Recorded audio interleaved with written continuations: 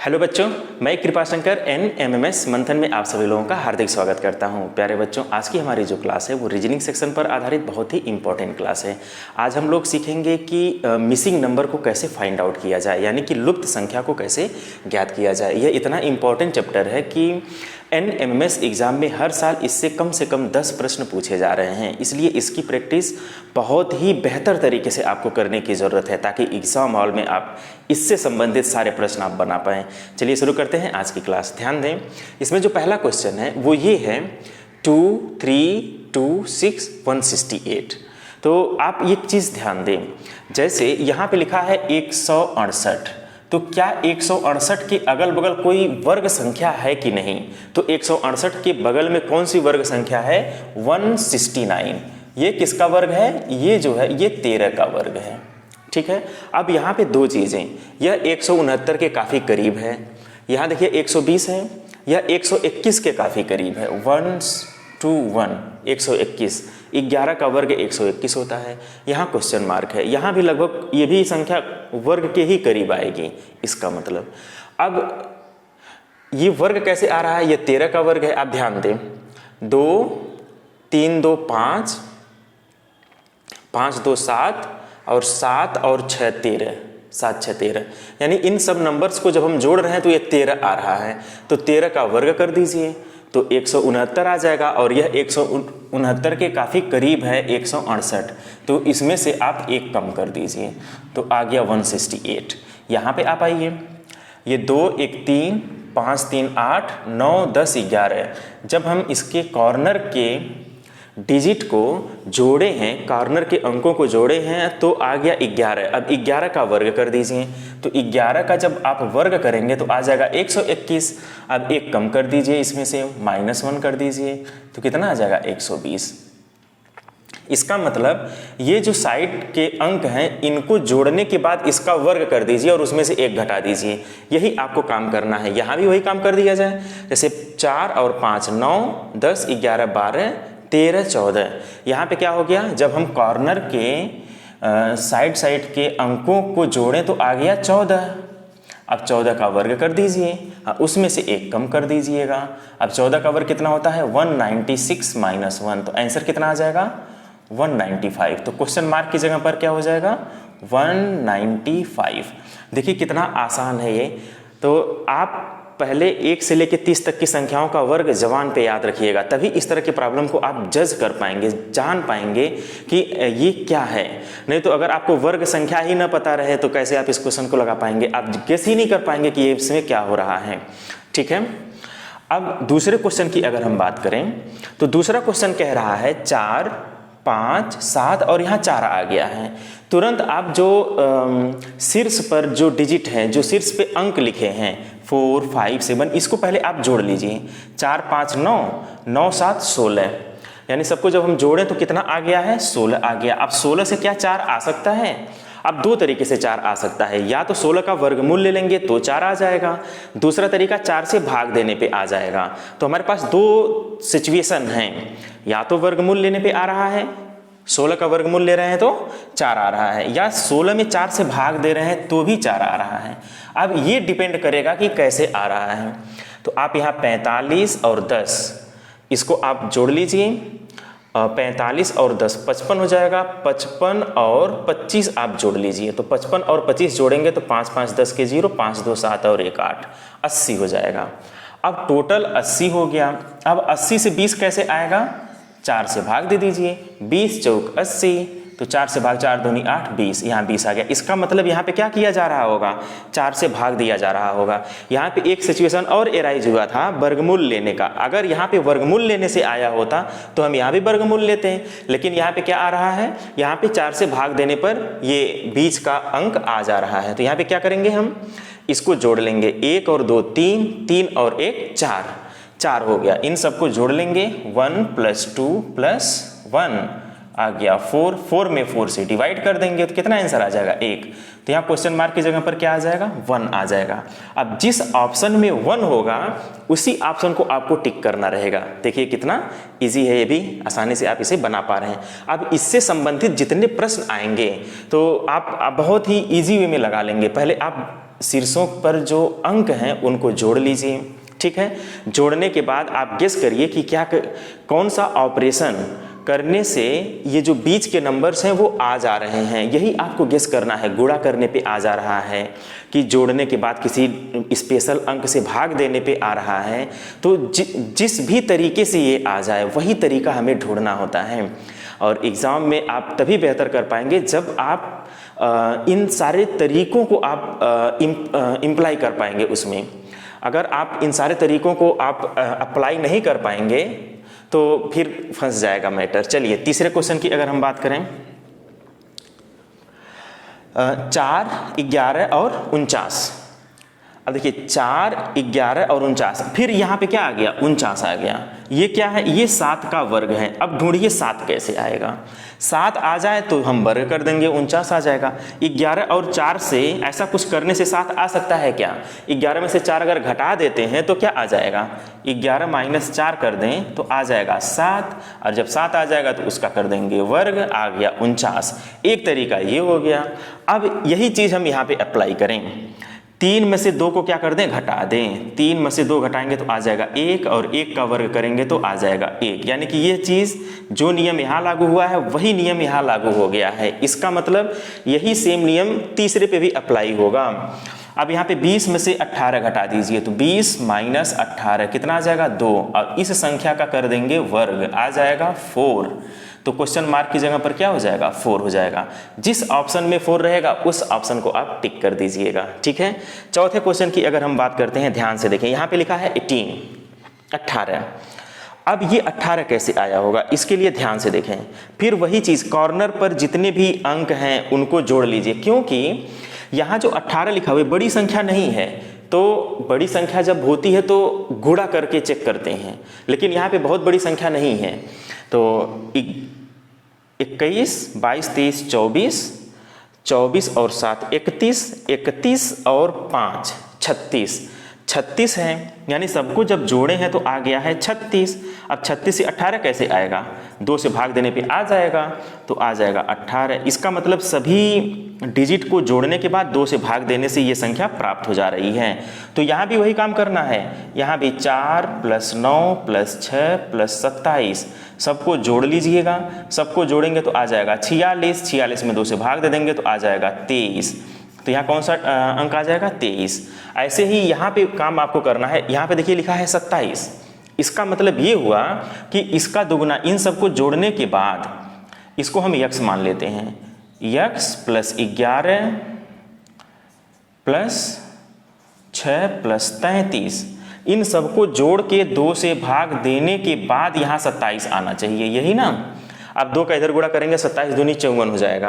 अब इन सबको जोड़ लीजिए, 11 और 33, 11 और 33 44 हो जाएगा, और 44 और 6 50 हो जाएगा। तो ये हो जाएगा x + 50 बराबर 2, और 27 का गुणा करेंगे तो हो जाएगा 54। तो यहाँ से x बराबर क्या आ जाएगा, x = 4 आ जाएगा। तो यहाँ x का मान क्या आ जाएगा, 4। देखिए कितना आसानी से ये लग जा रहा है। अभी यहाँ पे x अगर होता तो सभी एंट्री पॉइंट को जोड़ करके 2 से भाग दे देते हैं। इसका मतलब ये होगा कि सबको जोड़ के 2 से भाग देने पे 27 आ गया, सबको जोड़ के 2 से भाग देने पे 27 आ गया। अब ये चीज़ बटे में है, बराबर किधर जाएगा, गुणा में हो जाएगा। इन सबको जोड़े हैं तो 50 + x आ गया। अब 50 को उधर भेज देंगे तो 54 में से 50 निकल जाएगा। तो x की वैल्यू कितनी आ जाएगी, x की वैल्यू आ जाएगी 4। देखिए कितना इजी है इसको समझना, इसको लगाना जरा सा भी कठिन नहीं है। ठीक है, अब हम आ गए हैं 5वें प्रश्न पर। ध्यान दें, 6, 5, 3, यहाँ पे पहले में ही क्वेश्चन मार्क है, इसलिए आप यहाँ से जज नहीं कर पाएंगे। अब यहाँ पे आ जाइए, 5, 2, 6। देखिए यहाँ पे छोटे डिजिट है और यहाँ पे बड़ा अंक आ गया। इसका मतलब या तो वर्ग करने पे आएगा या तो गुणा करने पे आएगा। ठीक है ना। तो यहाँ पे 5 दूनी 10 और 10 छक 60, यानी कि यहाँ पे क्या करने पे आ रहा है, गुणा करने पे आ रहा है। 2 गुणे 6 गुणे 5 60 आ गया। तो यहाँ 60 है, 2 तिहाई 6, 6 पाँचे 30। सिंपल सी बात है, यहाँ भी वही काम करना है आपको। 6 पाँचे 30, 30 तिहाई 90। तो क्वेश्चन मार्क की जगह पे आ जाएगा 90। तो ये बहुत इजी था, सिंपल गुणा कर देना था और आ गया। छठे क्वेश्चन की अगर हम बात करें, खूब ध्यान से देखें, यहाँ पे है 74। 74 के अगल बगल कोई वर्ग संख्या नहीं दिख रही है, ठीक है। लेकिन हम लोग कोशिश करते हैं। 6 2 8, 8 5 13, 13 14 15 16। हम जब एंट्री पॉइंट्स को जोड़े हैं तो कितना निकल के आ गया है? जब हम एंट्री पॉइंट्स को जोड़े हैं तो निकल के आ गया 16। 16 में और 74 में कोई कुछ मिलता जुलता नहीं दिख रहा है। तो इसके लिए क्या कर सकते हैं आप? इसका वर्ग करें, 2 का वर्ग करें। 2 का वर्ग करेंगे तो आ जाएगा 4, 5 का वर्ग करेंगे तो आ जाएगा 25, 3 का वर्ग करें तो आ जाएगा 9, 6 का वर्ग करें आ जाएगा 36। क्या हम इसको जोड़ने के बाद देखें 74 आ रहा है कि नहीं आ रहा है? 36 और 4, 36 4 40 और 40 और 25, 40 20 60 5 65, 65 और 9, 65 और 9 कितना हो जाएगा? 65 और 9, 9 5 14 74। इसका मतलब ये हुआ कि 36 + 4 + 25 + 9, इन सबको जोड़ देंगे तो आ जाएगा 74। देखिए कितना आसान है। सभी एंट्री पॉइंट्स का आप वर्ग कर दीजिए, इसका वर्ग कर दीजिए, इसका वर्ग कर दीजिए, इसका वर्ग कर दीजिए, इसका वर्ग कर दीजिए, सबको जोड़ लीजिए। वही काम आपको यहाँ भी करना है। 3 का वर्ग करेंगे तो कितना आ जाएगा? 9 आ जाएगा। इसका वर्ग करेंगे तो 9, 4 का वर्ग 16, 8 का वर्ग 64 और ये 49। अब 16 9 25, 25 हो गया, 64 और 49, इन सबको जब आप जोड़ेंगे तो आ जाएगा 138। सबको जोड़ेंगे तो आ जाएगा 138। ऐसे ही 7 का वर्ग कितना हो जाएगा? 49 हो जाएगा। 4 का वर्ग 16, 5 का वर्ग 25 और 1 का वर्ग 1 ही हो जाएगा। अब इन सबको आप जोड़ लीजिए। किसको किसको जोड़ना है? 49, 16, 25 और 1। तो जब इन सबको जोड़ेंगे तो आ जाएगा 9, 9 6 15, 15 5 20, 1 21 के 1 2 कैरी हो जाएगा, 4 1 5 6 7 8 9। एक बार अब से जोड़ लेते हैं। 49 16 25 1, 49 16 25 1, 9 6 15, 15 5 20, 1 21 के 1 2 कैरी हो जाएगा, 4 1 5 5 2 7 7 2 9 91। तो यहाँ पे सब एंट्री पॉइंट को जोड़ने के बाद क्या आ रहा है? 91 आ रहा है। तो इसका आंसर क्या हो जाएगा? 91 हो जाएगा। देखिए कभी कभी क्या होता है कि सिंपल जोड़ने पे आ रहा है, कभी कभी वर्गों का जोड़ करने पे आ रहा है, तो इसलिए वर्ग आप अच्छे से तैयार किए रहिए। तो यहाँ तक 6 प्रश्नों तक हम लोगों ने सॉल्व कर लिया है। 7वां प्रश्न पे अब हम लोग आ जाते हैं। खूब ध्यान से देखें। 7वां प्रश्न बहुत ही अच्छा और यूनिक क्वेश्चन है। यहाँ लिखा है 2, यहाँ 6, यहाँ 14, 30, 62। अब आप देखिए 2 से हम 6 पे कैसे आ रहे हैं? 2 से 6 पे 2 तिहाई 6, 6 त्रिक 18 नहीं होगा, छोड़ दीजिए। अब देखिए 2 दूनी 4, 2 का 2 में गुणा करिए, 2 दूनी 4 धन 2 करिए, मतलब इसका दुगुना करिए 2 जोड़ दीजिए। 6 का दुगुना करिए 6 गुणे 2 2 जोड़ दीजिए, 6 दूनी 12 धन 2 14। अब देखिए 14 से 30 कैसे आ रहा है? दुगुना से अधिक। भाई 14 और 30 में क्या संबंध है? ये दुगुना से 2 अधिक है। 14 गुणे 2 धन 2, तो 14 दूनी 28 और 2 30। ऐसे ही 62 है यहाँ पे। देखिए 30 दूनी 60 2 62। अब यहाँ पे क्या करेंगे? 62 गुणे 2 धन 2, 62 देखिए 2 दूनी 4 2 छक 124 धन 2 कितना आ जाएगा? 126। तो यहाँ क्वेश्चन मार्क की जगह पे आ जाएगा 126। बहुत ही इंपॉर्टेंट क्वेश्चन था। इस तरह के क्वेश्चंस पूछे जा रहे हैं, तो आप ध्यान दें, बहुत ही आसानी से आप इसे लगा पाएंगे। 8वें प्रश्न को खूब ध्यान से देखें। 8वें प्रश्न को ध्यान से देखें। यहाँ लिखा है 6 3 4 8। तो इसको 6 3 4 8, तो 4 तिहाई 12, 8 छक 24 नहीं सेट हो रहा है। 6 चौक 24 और 8 त्रिक 24, ये अच्छी बात है। यानी इसका गुणा करने पे 24 आ रहा है और इसका गुणा करने पे भी 24 आ रहा है। जरा यहाँ चेक कर लिया जाए।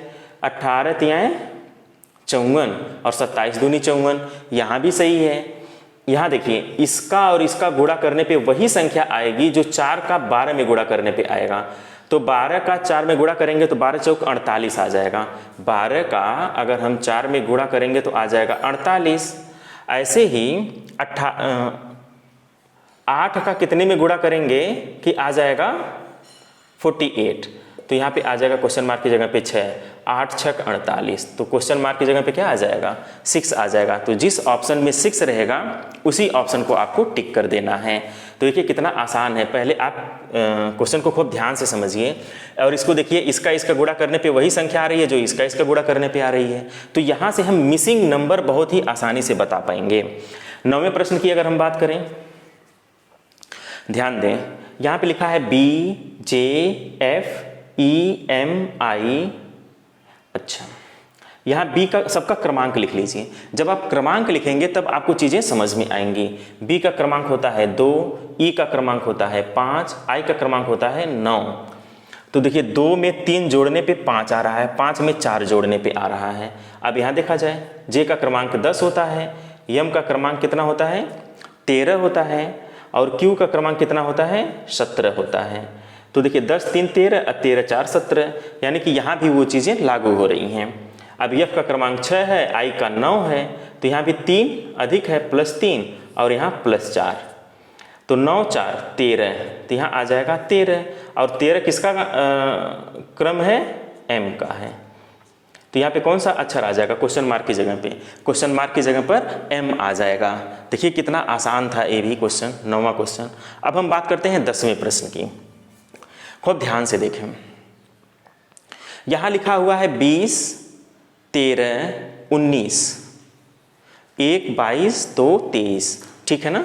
देखिए इसमें किन्हीं दो को जोड़ने पे, हाँ तीसरा किन्हीं दो को जोड़ के घटा के जैसे भी करके आपको सेट करना है कि इसमें कौन सा ऑपरेशन हो रहा होगा। जैसे 22 और 1 23 हो जाएगा। देखिए 22 1 23, यहाँ भी 23 है, 40 2 42, लेकिन यहाँ 43 है, ठीक। अब आप इसको सोचिए क्या करना है इसमें। 40, ऐसे देखिए 40 और 5 कितना हो जाएगा? 45।